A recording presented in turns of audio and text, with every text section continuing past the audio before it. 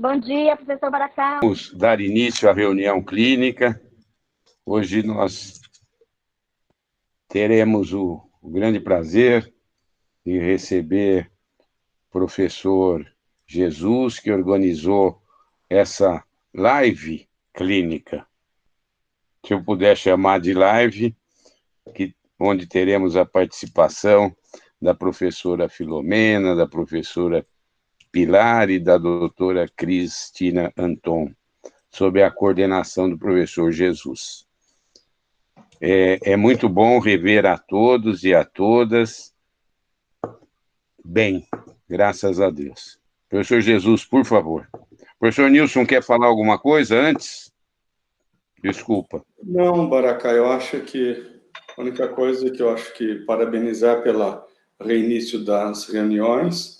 É interessante a forma como Jesus fará, né, com várias pessoas, cada um colocando o seu expertise diário, o que é ótimo, acho que enriquece bastante. Uma boa apresentação para todo o grupo. Beleza. Jesus. Obrigado, se professor. puderem desligar o microfone, todos, e acho que a câmera também, que ajuda muito a apresentação do professor Jesus. Bom dia a todos. Obrigado, professor Baracá, por incluir um tema oncológico na reunião. Hoje nós vamos ter aqui, então, uma apresentação dividida em 4 pequenas apresentações. Eu trouxe esse tema, o câncer de endométrio e síndrome de Lynch, porque isso é uma necessidade de nós incluirmos isso no dia a dia do ginecologista e do obstetra. Todo mundo que tem mais de 40 anos aprendeu que câncer de endométrio era uma doença. Na verdade, é uma porção de doenças que estão dentro desse mesmo título, com prognósticos diferentes, que demandam tratamentos diferentes, e o Lynch está no meio disso aí. Outro fato extremamente importante é que nós vivemos um boom do câncer de endométrio no nosso país, no mundo todo, mas especialmente no Brasil. Quando a gente compara esse gráfico aqui do aumento do câncer de endométrio em 43 países, nós somos esse aqui. Nós só perdemos atualmente para a África do Sul e para o Japão. Então, nós temos que estar preparados para esse grande aumento no câncer de endométrio. Uma outra questão importante é que existe um conceito ainda de que câncer de endométrio é uma doença só da mulher na pós-menopausa, de um prognóstico bom e que pode ser tratado com uma histerectomia. Essa é uma série grande que nós publicamos no ICESP esse ano, com mais de 700 casos tratados, e eu queria chamar a atenção para 2 fatos. O número de mulheres jovens não é desprezível, e essas mulheres estão por aí. E a despeito de nós disponibilizarmos os melhores tratamentos em termos de cirurgia, de quimioterapia, de radioterapia, como poucas instituições conseguem fazer, mesmo assim, nós temos uma mortalidade que também não é desprezível. Nós perdemos 120 pacientes nessas 703 que publicamos. Então, é uma doença séria. E por que a gente falar da síndrome de Lynch? Porque é uma doença hereditária que acomete vários órgãos. O mais frequente é o câncer coloretal, que é decorrente dessa síndrome. São todas mulheres muito jovens, como vocês podem ver aqui, e o câncer de endométrio é uma dessas doenças importantes. Vejam só, em algumas casuísticas, a síndrome de Lynch confere um risco de câncer coloretal de mais de 80%. Mas vejam só, o câncer de endométrio é o segundo mais frequente. E muitas vezes ele precede o câncer coloretal. Nós precisamos estar atentos para essas questões. Então, por que nós, ginecologistas e obstetras, que não necessariamente lidamos com câncer, precisamos colocar isso na nossa preocupação? Primeiro, o câncer de endométrio é o segundo mais frequente. Muitas vezes é por aqui que a síndrome se manifesta. São mulheres jovens que são acometidas dessa síndrome, e a gente não pensa muito em câncer de endométrio em mulheres jovens. A mulher que com menos de 50 anos, que está com sangramento, frequentemente ela passa por uma série de tratamentos clínicos antes de se pensar em câncer. Muitas dessas mulheres estão em clínicas de reprodução humana tentando engravidar, quando, na verdade, elas são portadoras já de uma lesão, de um câncer, e isso precisa ser lembrado. Tem o risco de outros tumores. Ela vai ter câncer coloretal, câncer de endométrio, câncer de ovário, uma série de outros tumores que hoje nós sabemos estão relacionadas com essa síndrome.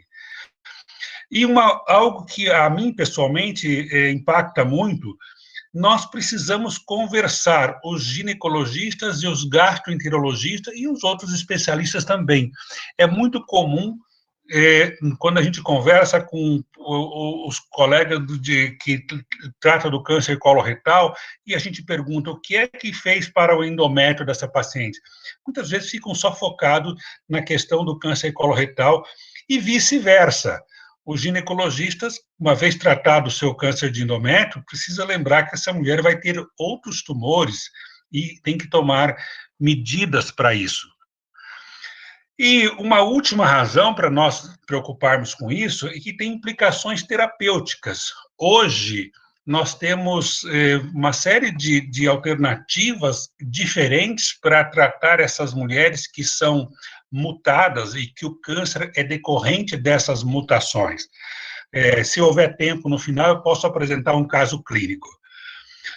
Então, definindo o que é a síndrome de Lynch, é uma síndrome decorrente da mutação desses 4 genes aqui, que são genes de reparo do DNA, e mais a deleção deste outro gene.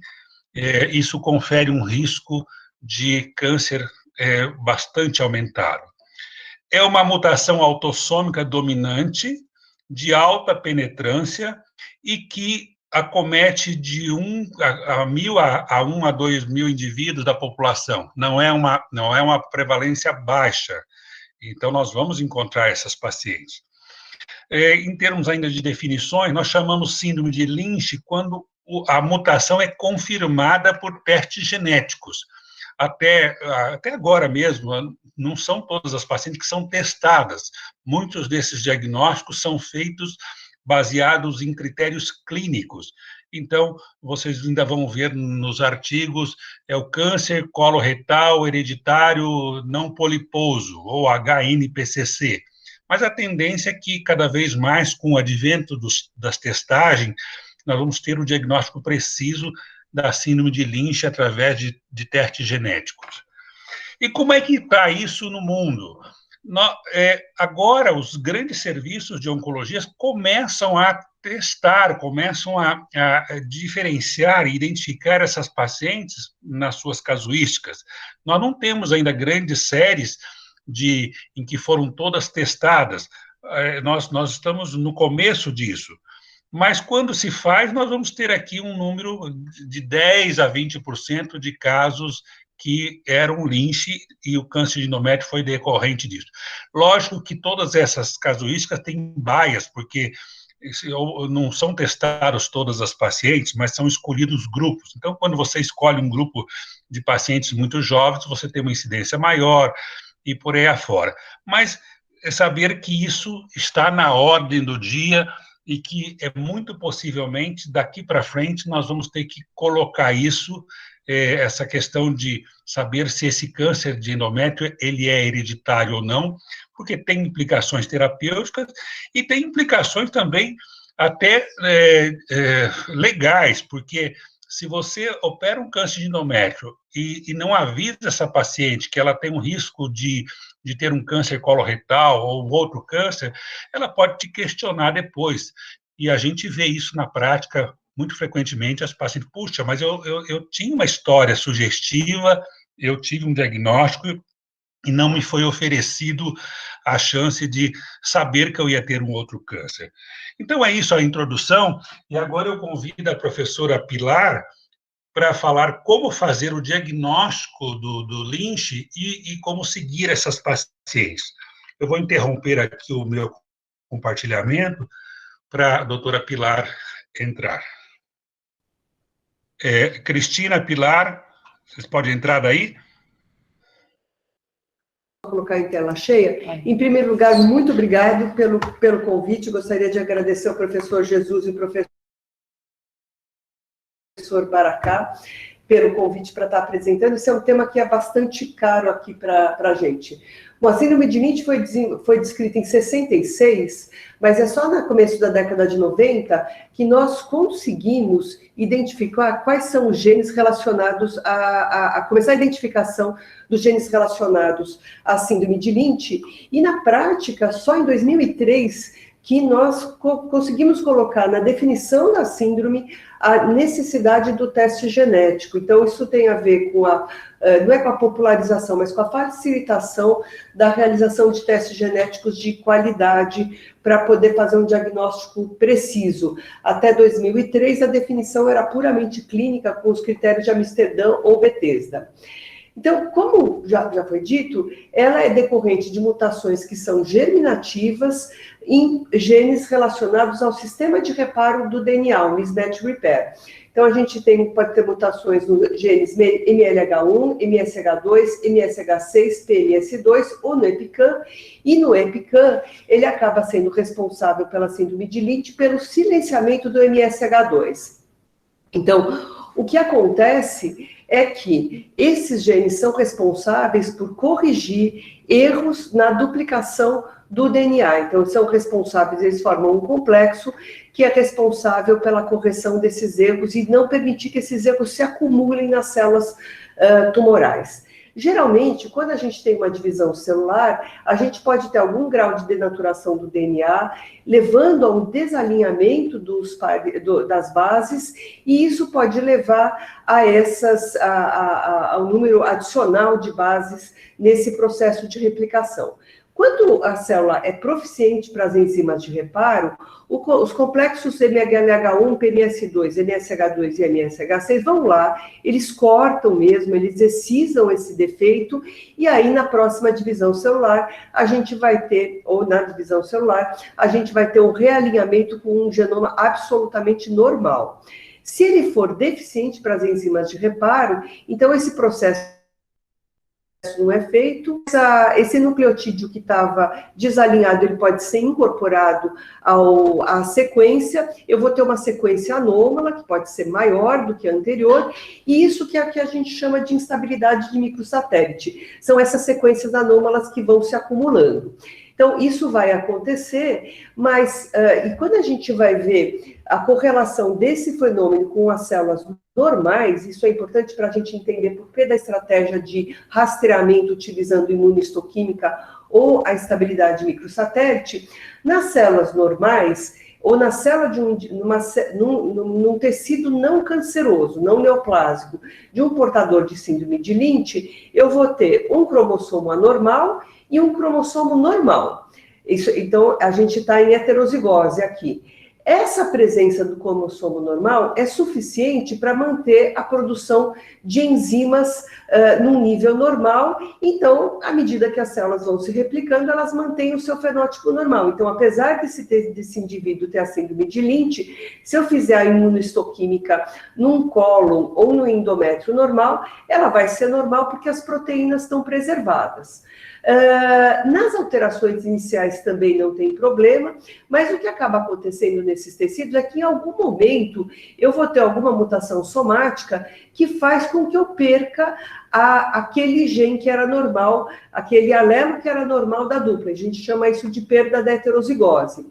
À medida que eu perco isso facilita a presença de mutações em outros genes também, porque eu não tenho mais uma célula que é capaz de corrigir os defeitos do DNA. Então, aí a gente já vai ver, por exemplo, no colo, que pólipos grandes, eu já vou conseguir detectar na imunohistoquímica a perda das enzimas de reparo, de alguma dessas enzimas. E no tecido tumoral propriamente dito, quer dizer, nas lesões invasivas, eu vou ter não só a perda da imunistoquímica, porque eu perdi a heterozigose, né, a perda daquela proteína, como eu vou ter um acúmulo de mutações em outros genes que são fundamentais para compor o tecido, o fenótipo maligno. Bom,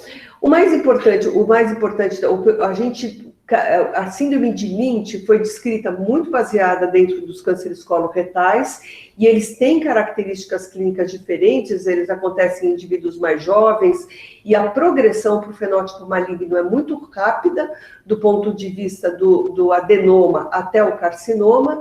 No endométrio, a gente também tem um risco muito aumentado durante a vida comparando a população em geral, e também uma tendência ao câncer em mulheres mais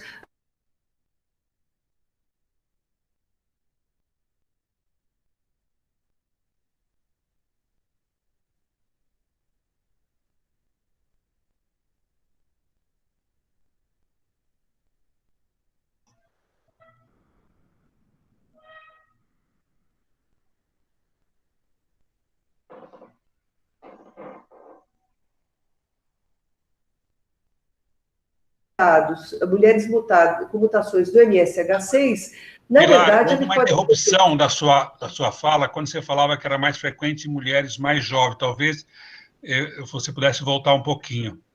Isso, tá bom. Então, assim, eu falei que acontece em mulheres mais jovens, e é muito importante que nós tenhamos em mente quais outros são os outros genes, quais os outros cânceres relacionados à síndrome de Lynch, que é câncer cerebral, particularmente glioblastoma, cânceres de pele, por exemplo, queratoacantomas, tumores gástricos, pancreáticos ou biliares, do trato urinário, intestino delgado, ovário e endométrio. Apesar de o câncer de endométrio ser mais frequente em portadores de mutações do MSH6, ele pode acontecer também em mulheres com mutações do MLH1 e MSH2 e também do PMS2.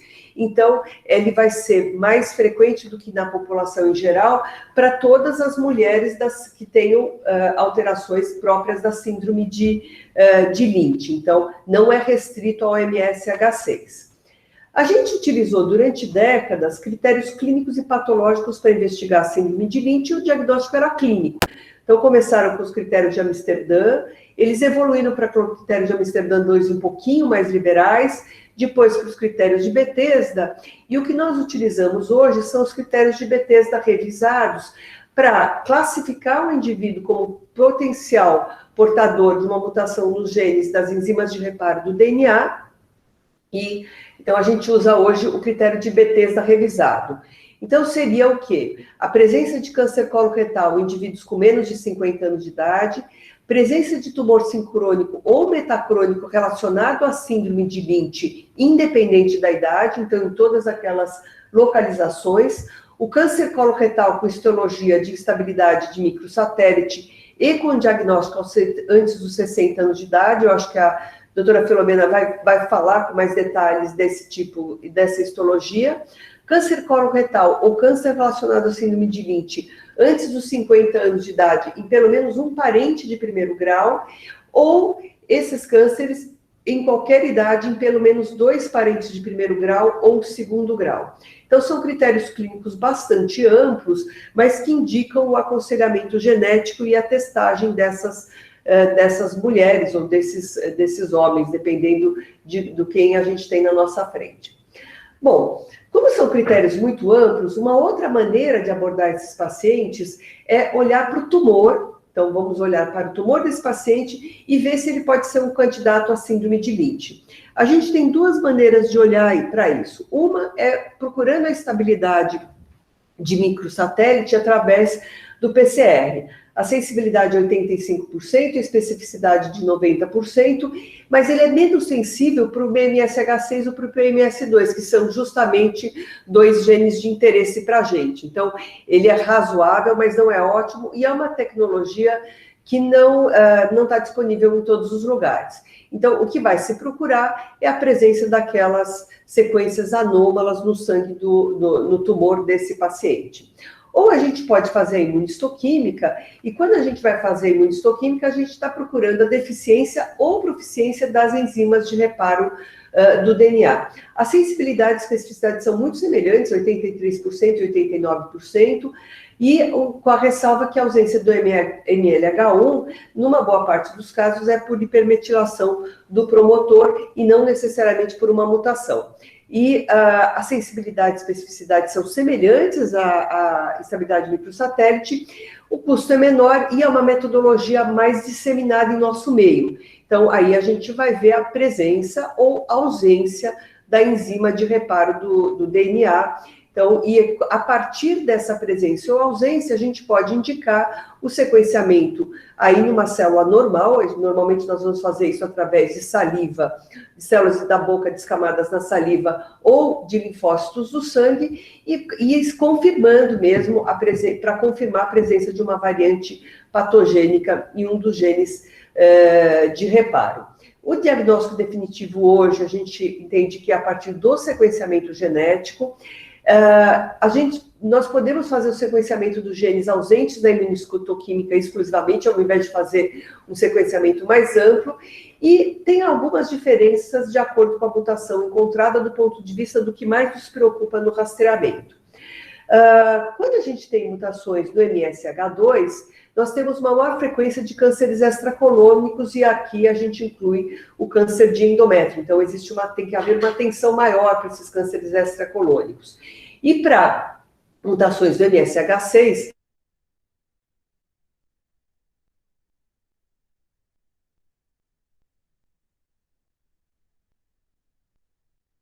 nós temos um predomínio claro do ponto de vista do microsatélite. Tem um trabalho que foi publicado recentemente, faz menos de um mês, aliás, foi agora em julho, né, que é uma coorte brasileira de Ribeirão, onde foram avaliados pacientes com câncer de endométrio, 242 pacientes consecutivas. Elas não foram aplicados os critérios de Bethesda ou de Amsterdã. Só para a gente ter uma ideia, numa população não selecionada, a prevalência foi de 4,1%, a maioria MSH6. Tem uma questão importante, que nós ainda não resolvemos esse problema: 50% das mutadas não preencheram critérios de Amsterdã ou Bethesda. Então, esse é um grande problema que nós temos hoje. E na análise multivariada, a única dado clínico que teve uma diferença estatisticamente significante foi a idade. Todas essas mulheres tiveram um diagnóstico antes dos 60 anos de idade.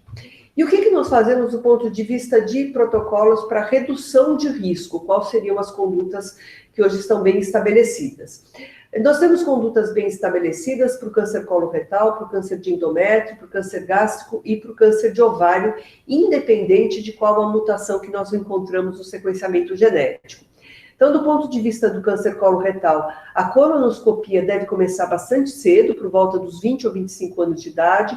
Ela deve ser feita a cada 1 ou 2 anos, porque nós vimos que o tempo médio para a progressão do adenoma para o carcinoma invasivo é de 35 meses, diferente da população não linte, que é por volta de 10 anos. Então, o exame tem que ser repetido com muita frequência.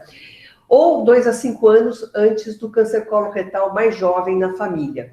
A colectomia, então, de uma maneira geral, a colectomia vai estar indicada nos pacientes com carcinoma normal, mas nos pacientes com adenoma ressecado ou com adenomas avançados ou irressecável.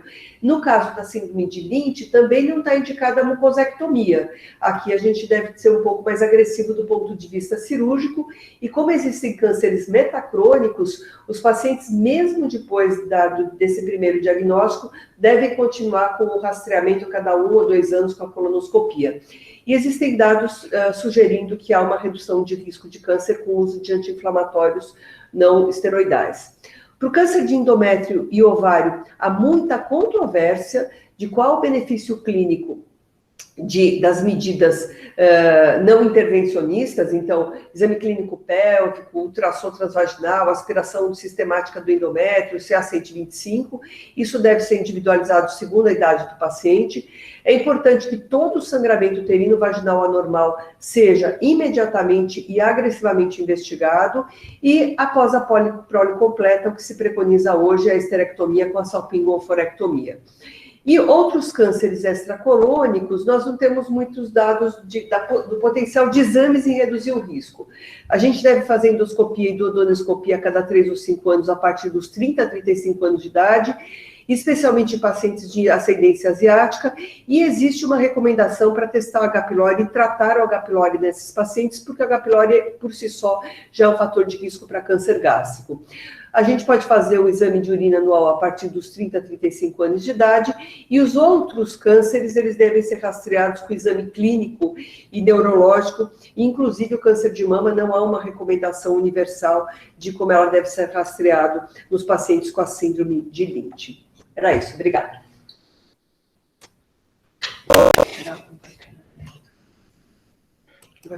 Obrigado, Pilar. Então, agora a professora Filomena vai apresentar como suspeitar do Lynch no exame anatomopatológico. Obrigada, Jesus. Obrigada a todos pela presença. Vou mostrar aqui agora a apresentação, acho que é essa daqui.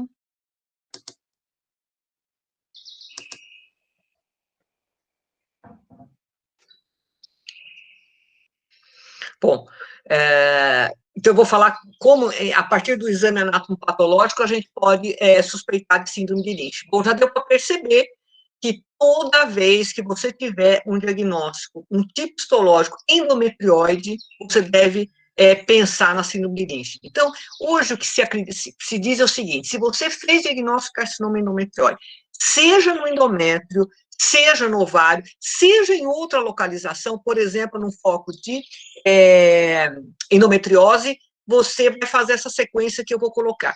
E se discute mais, até bem pouco tempo atrás, a gente achava que a gente ia se preocupar com o Lynch se o tumor fosse de histologia endometrioide. Hoje, não.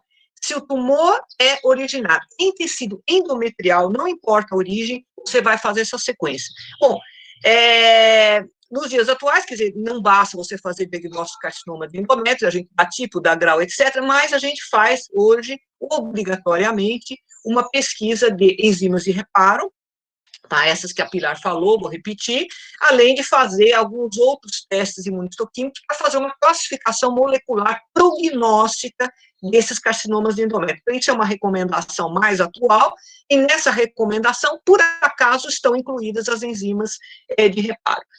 E a partir da alteração dessas enzimas, você vai encaminhar, né, o caso para o rastreamento para Lynch. Então, você vai fazer o rastreamento se tiver a perda dessas enzimas e se tiver algumas características morfológicas, que é o que eu vou falar agora. A Pilar já colocou a questão das 4 enzimas que a gente vai procurar. O MLH1, MSH2, MSH6, PMS2, que participam no reparo dos erros no momento do pareamento do DNA. Então, que a gente tem a sequência, né, que é de bases, a polimerase vai lá para fazer a replicação. Se houver um erro, uma inserção, por exemplo, aqui, e o sistema de enzimas estiver proficiente, simplesmente isso é corrigido, né, você tem uma célula absolutamente normal quanto à sequência de DNA. Se houver erros, no sistema de enzimas de correção de erros, aí você vai ter sequências alteradas, isso é o que se chama de instabilidade de microsatélite, que são sequências de bases repetitivas, né, que vai aumentando, e isso gera uma instabilidade genômica e mutações. Tá? Então, no geral, quando você tem um tumor, e no tumor você tem a de base essa instabilidade de microsatélites, são geral tumores que têm uma carga mutacional maior, porque tem muitos erros, né? O sistema não consegue corrigir os erros. E o que a gente vê aqui é uma coisa que aí vai ter um impacto na imunistoquímica. A gente tem as 4 enzimas, né, que são importantes, elas trabalham em conjunto, só que elas trabalham em pares. Então, o MLH1 trabalha junto com o PMS2. Então, se houver alguma deficiência no MLH1, o PMS2 também não vai ser expresso, porque ele depende do MLH1. E aqui é a mesma coisa, o MSH2 com o MSH6. Aí eles trabalham em conjunto e em conjunto com outros mecanismos dentro da célula de correção. Por que eu estou falando isso? Porque a gente fala, tem que fazer as 4 enzimas, MLH1, MSH2, MSH6 e MS2 na imunistoquímica. Agora, existem serviços que preconizam que a gente faça só 2. Faz o MSH6, porque se ele tiver alterado, automaticamente, ou ele mesmo está alterado, ou o MSH2 está alterado e ele não se expressa. Ou então você faz só o PMS2, porque ou ele está alterado, ou se ele estiver proficiente e não está expressando na imunistoquímica, porque o MLH1 é que estava deficiente. Isso porque é economia, quer dizer, mas é uma economia, no meu entendimento, tão estúpida, porque realmente diminui 2 marcadores na imunistoquímica, não sei até que ponto isso pode acontecer. Mas então aqui a gente faz de rotina, né, as 4 enzimas aqui, o MLH1, e a perda é assim, você vê, aqui a gente tem o controle interno positivo, que são as células do estroma totalmente positivas, em marrom, e aqui as glândulas neoplásicas totalmente negativas. Notem que tem aqui muitas células permeando as células glandulares positivas, que são linfócitos, eu vou falar já deles. MSH2 está proficiente, MSH6 está proficiente, e veja bem, MLH1 deficiente, MS2 automaticamente deficiente. Essa dupla é a mais frequentemente encontrada como deficiente nas neoplasias endometriais. A frequência da perda, só para vocês terem ideia, no geral, é 30%, até mais. Tá? Então, é em torno de 30%. Ou seja, muitos tumores têm a perda das enzimas de reparo. Não são todos hereditários, tá? A maioria é somática. Mas tem implicações para tratamento. Essas pacientes são candidatas, em algum momento, a fazer, por exemplo, imunoterapia.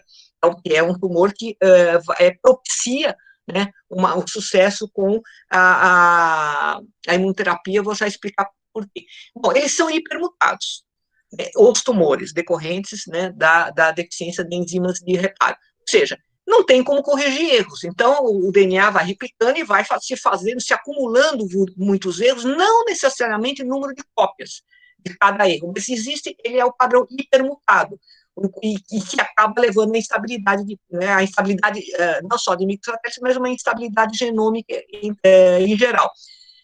Pelo TCGA, que faz a análise dos tumores, eles são classificados, então, nesse grupo dos hipermutados, né, com instabilidade de microsatélites, né, então é um grupo bastante instável, né, com muitos erros, em geral, né, com uma carga mutacional tumoral grande. A maioria, como eu falei, é somática e é por hipermetilação, por MLH1. Algumas são somáticas também por mutações, mas mutações somáticas. Isso também pode ocorrer. Por isso que o diagnóstico da perda de enzimas de reparo por imunistoquímica não é diagnóstico de Lynch, é diagnóstico de a perda de enzimas de reparo.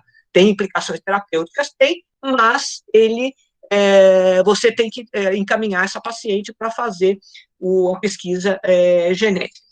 Interessante, porque, a rigor, quando você tem um tumor desse, então, você tem o Lynch mesmo, que é aquele que a mutação é germinativa, é hereditária, e tem aquele que tem a perda de enzima de reparo, mas que não é o Lynch, não é somática. Tá? E parece que existe, já vários estudos têm mostrando que o ambiente imune desses 2 casos são um pouco diferentes. Isso talvez tenha que ser visto do ponto de vista de terapia, quando a gente fala em imunoterapia. Os 2 grupos vão ser favoráveis, mas existem diferenças entre o microambiente imune no Lynch e no somático. Tá? O Lynch tem uma ativação imune mais exuberante.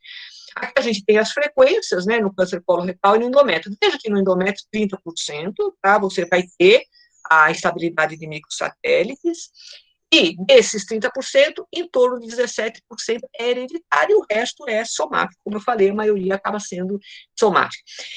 A questão de procurar na imunistoquímica começou lá atrás, tá vendo? Aqui é 2014, né, esse aqui é o grupo de Stanford, que a patologista lá, Terry Longacre, ela falou, olha, é o seguinte, gente, ela começou, foi uma assim, das primeiras que falou, olha, câncer de endométrio, a gente tem que fazer pesquisa de perda de enzimas de reparo. Inclusive, não só nas mulheres jovens, é mais frequente nas jovens, mas em todos os cânceres de endométrio. Então, foi a primeira luz que falou, olha, temos que fazer. Hoje, toda a Sociedade Internacional de Patologia Ginecológica recomenda que deva ser feito em todos os casos mesmo, independente, inclusive, de idade. E aí esse era o protocolo deles na época, que ela propôs. Saiu publicado em várias revistas, tá? E ele falou, olha, se a imunohistoquímica, isso é importante, tiver alterado, tiver perda das enzimas de reparo, mas tiver uma clínica suspeita, o que é uma clínica suspeita? Ou a mulher é jovem, ou tem aquele monte de câncer coloretal na família, outros câncer de endométrio na família, então mesmo que as enzimas estejam proficientes do ponto de vista de imunohistoquímica, você tem que encaminhar essa paciente para aconselhamento genético. Se houver a perda por imunohistoquímica, aí eles fazem uma estratégia para economizar. Falam, olha, se for MLH1 e MS2, a maioria é somática, a maioria é hipermetilação, do MLH1 faz o teste da metilação. Se for metilado, tudo bem, é esporádico. Se for não metilado, não tiver metilação, aí você vai encaminhar para o teste genético, começa com o MLH1 e depois, se não for, pesquisa o PMS2. Agora, se tiver a perda das duas enzimas, o MSH2 e o MSH6, aí tudo aqui vai, quando tiver perda das outras, todas vão para teste. Mas se tiver as duas juntas, faz primeiro o MSH2, aí depois, se ele der proficiente, aí vai para o MSH6. Se for MSH6 só, vai para a pesquisa do MSH6, se for PMS2, vai para o sequenciamento no PMS2. Então, isso foi o que ela colocou.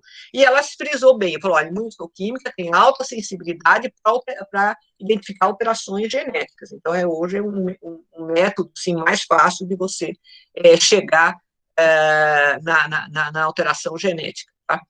Principalmente quando você não tem a metilação, porque a metilação realmente a gente não tem como saber. Aqui estão os outros cânceres, a Pilar já falou, então lembrar que para cada uma dessas enzimas você tem um risco de câncer para vários sistemas, o endométrio, né, é o segundo, depois do colo retal, né, então isso é uma coisa importante que a gente tem que ter em mente, né. Esse é o trabalho que a Pilar citou de Ribeirão, né, do pessoal de Ribeirão, né, que foi interessante. Qual que é o problema? Eles mesmos colocam, né, a limitação do trabalho, mas ele é um trabalho super importante que mostra o quanto que isso vai impactar na clínica. Porque eles estudaram, os 242 casos que eles incluíram foram que tinham deficiência de enzima de reparo. Então, isso aí, olha, deu 38,5% da casuística toda deles, que é bastante. Lembra que eu falei, em torno de 30% você tem perda de enzima. E aí eles só conseguiram fazer o teste mesmo, para Lynch, em 37 dos 242 casos. Então, é pouco.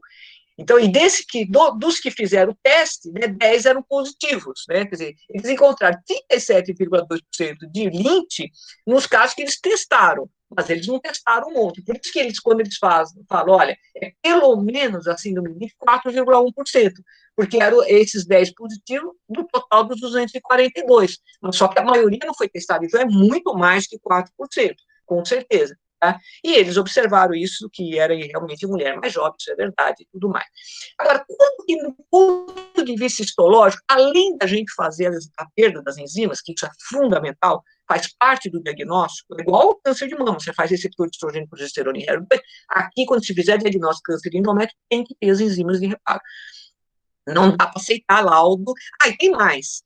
Eu estou falando do câncer de endométrio, mas é importante que a perda das enzimas de reparo já aparece na lesão precursora, na neoplasia intraepitelial endometrial. Então, quando tem Lynch, então quando você está, às vezes, numa propedêutica, numa mulher com sangramento anormal, ou na infertilidade, e tem uma neoplasia intraepitelial endometrial, a tal da hiperplasia atípica, você está autorizado a fazer, nesse caso, também a pesquisa da perda de enzimas de reparo, porque nessa fase já se expressa a perda das enzimas. Então, quando que você, diante de um câncer de endométrio, na anatomia patológica, suspeita de Lynch? Primeiro, quando a localização é ístmica.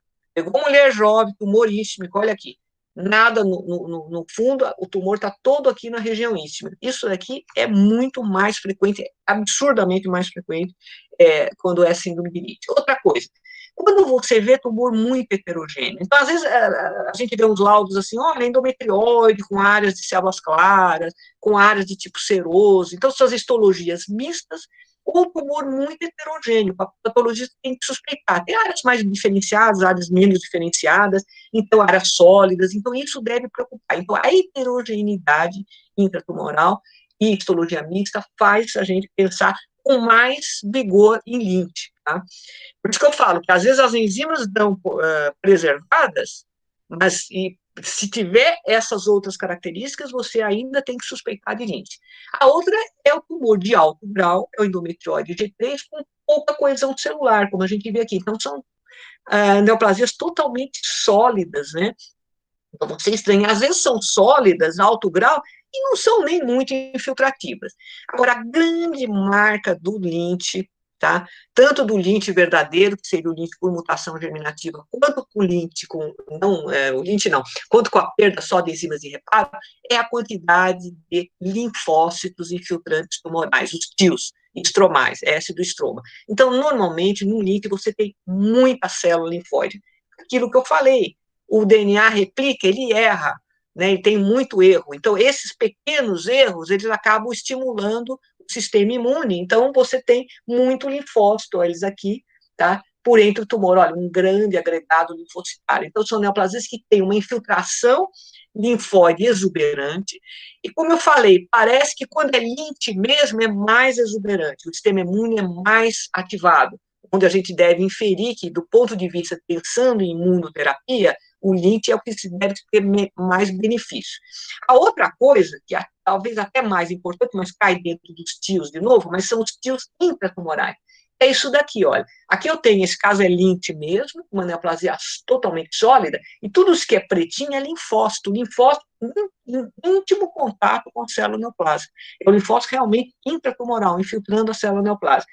Olha aqui, ó, um tumor que não é tão diferenciado, não é pouco diferenciado, e é a mesma coisa, olha, eu tenho os linfócitos aqui, eles permeiam, agridem o epitélio neoplásico.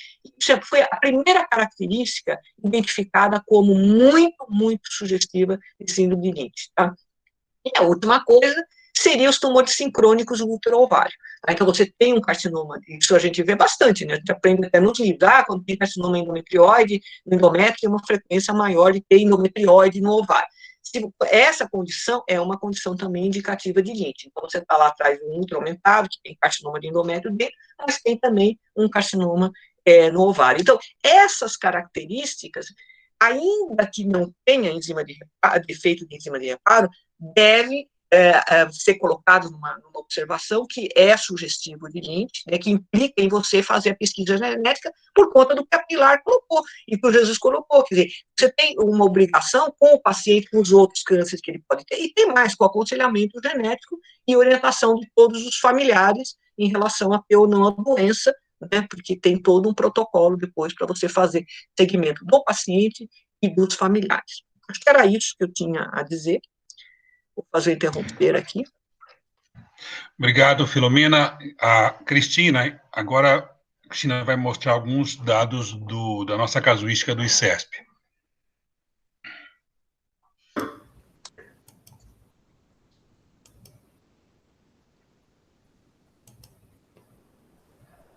Bom dia, obrigada, professor Jesus, professor Baracá, para a gente poder mostrar alguns dados aqui que a gente tem nesse acompanhamento grande que a gente tem feito em relação ao câncer de endométrio, né? Então, eu vou falar, como a gente não tem o teste genético disponível aqui no ICESP, então, o que a gente tem das pacientes são exatamente essa questão das enzimas de reparo, né? Então, aqui no ICESP, a gente tem um levantamento de todas as pacientes com câncer de endométrio que foram atendidas aqui no serviço entre 2008, quando foi, então, inaugurado aqui o ICESP, né?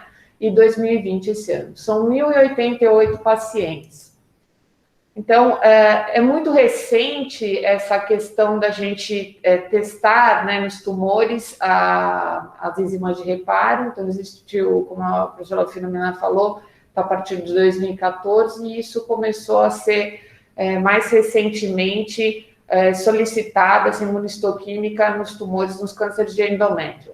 Isso não vem muitas vezes espontaneamente, né? Quando a gente recebe anátomo patológico, muitos dos casos a gente tem que pedir especificamente para ser feita uma revisão da lâmina e ser solicitado a avaliação das enzimas de reparo.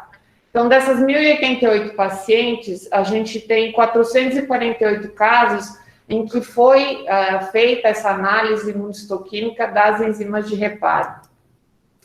E dessas 448, a gente encontrou uma perda dessas enzimas em 157 pacientes, ou seja, 35% o que a gente realmente encontra na literatura em relação à perda de enzimas de reparo.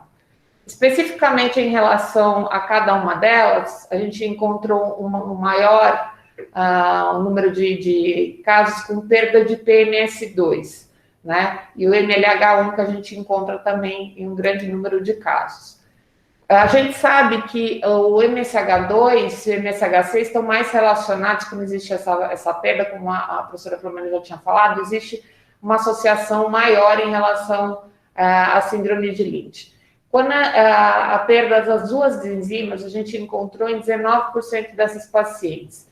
E em relação à perda de MLH1 e PMS2, em 10,7% das pacientes.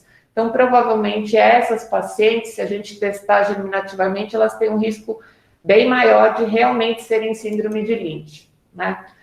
Quando a gente seleciona as pacientes com idade menor do que 50 anos, né, essas 448 pacientes, a gente encontra que, na verdade, que tem menos de 50 anos, 8,4% das pacientes. Quando a gente questiona em relação aos antecedentes familiares, tentando procurar alguma associação de tumores associados a Lynch, a gente encontrou em torno de 8% das pacientes com antecedente de câncer de mama, 2,6% pacientes com antecedente de câncer de ovário, 13% com câncer de endométrio e quase 16% com câncer de cólon mesmo, né? Lembrar que os síndromes de Lynch normalmente estão associados a tumores no cólon direito, né?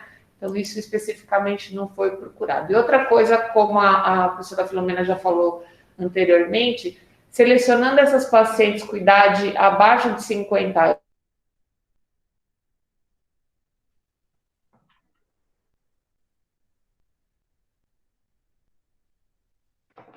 né? Então, entre essas pacientes abaixo de 50 anos, né, e que tinham deficiência de enzimas de reparo, a gente encontrou 18% delas que tinham tumores isquêmicos.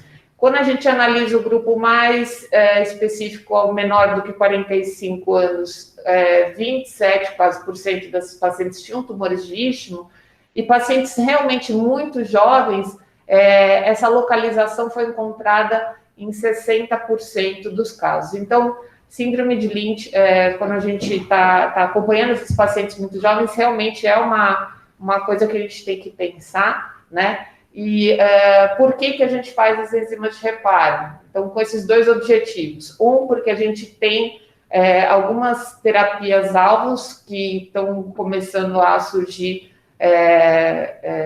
no tratamento dessas pacientes com perda de enzimas de reparo, e também selecionar esses casos para investigação da síndrome de Lynch. Infelizmente, a gente não tem aqui como testar essas pacientes do ponto de vista genético, né? Mas seria bastante interessante, já com essas enzimas de reparo, fazer uma pré-seleção e poder testar essas pacientes. Obrigado, Cris.